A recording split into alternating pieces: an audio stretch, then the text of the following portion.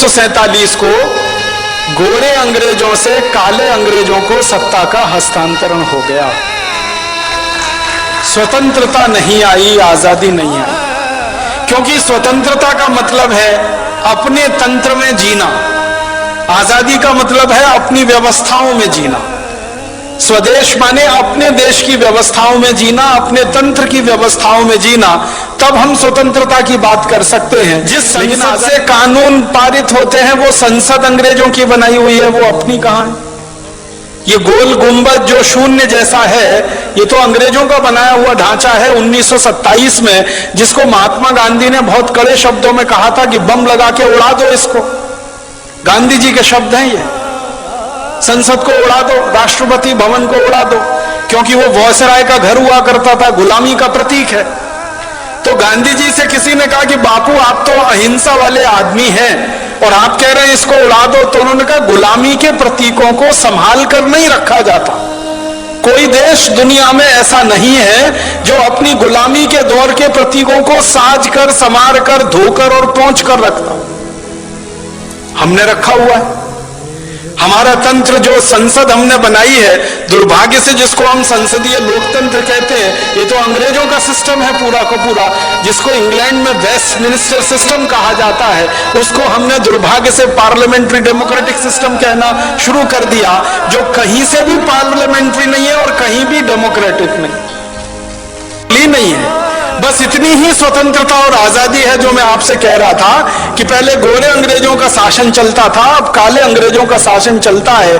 व्यवस्थाएं सबकी सब वही हैं, कानून सबके सब वही हैं, नीतियां सबकी सब वही हैं, सब कुछ अंग्रेजों के जमाने का आज भी चल रहा है। ईस्ट इंडिया कंपनी यहां व्यापार करने के लिए घुस गई। एक राजा था जहांगीर, उसने आगा न देखा न पीछा, लाइसेंस दे दिया व्यापार करने का। जैसे आजकल हमारे नेता विदेशी कंपनियों को व्यापार करने के लाइसेंस दे देते हैं, थोड़े से पूंजी के लालच में कि विदेशी पूंजी आएगी, थोड़ी विदेशी पूंजी आएगी। इन मूर्ख नेताओं को यह नहीं मालूम है कि बाहर के बोतल के दिए हुए खून से कोई मरीज जिंदा नहीं बचता।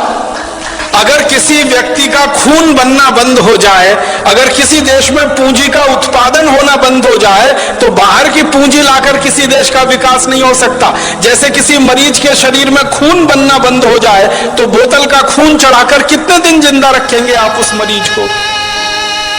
आखिर उसको आज नहीं तो कल अपना खून बनाना ही पड़ेगा, तभी वो जिंदा रहेगा। वैसे ही पूंजी की जरूरत है तो पूंजी उत्पादन का तरीका बढ़ाना पड़ेगा, बनाना पड़ेगा। न कि ये कि हम भीख मांग के हमेशा पूंजी लाएं, कि ये कि हम भीख मांग के हमेशा पूंजी लाएंगे। तो विदेशी पूंजी पर आधारित ये देश बनाने के चक्कर में सारे दरवाजे खोल दिए। आजादी मिलने के 50 साल भी पूरे नहीं हुए, सारे दरवाजे फिर खुल गए। फिर से विदेशी कंपनियों का स्वागत है।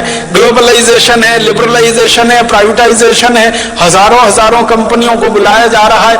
हर एक क्षेत्र में उनको व्यापार करने का लाइसेंस दिया जा रहा है। अच्छा, वहां भी उनको बुलाया जा रहा है। पानी बेचने के लिए विदेशी कंपनियां आ गई, आलू का चिप्स बेचने के लिए आ गई, टमाटर की चटनी बेचने के लिए आ गई, आम का अचार बेचने के लिए विदेशी कंपनियां आ गई, डबल रोटी पाव रोटी बेचने के लिए, अंडरवियर बनियान बेचने के लिए विदेशी कंपनियां, क्रीम पाउडर लिपस्टिक बेचने के लिए विदेशी कंपनियां।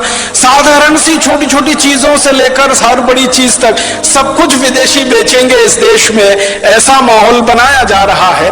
और उसी में जीएम फूड वाली विदेशी कंपनियों के लिए भी लाइसेंस दिए जा रहे हैं और उनको भी यहां बुलाया जा रहा है। जिनको बुलाने को दुनिया का कोई देश तैयार नहीं है, उनको भारत सरकारें दरवाजा खोल के बुला रही हैं। आइए हमारे यहां, जो करना है करिए, बस थोड़ा सा हमको पूंजी निवेश की जो जरूरत है उसमें पूर्ति होती रहे, थोड़ा टैक्स मिलता रहे और नेताओं को वाइंडिंग अप चार्जेस मिलते रहे, रिश्वत मिलती रहे, घूस मिलती रहे।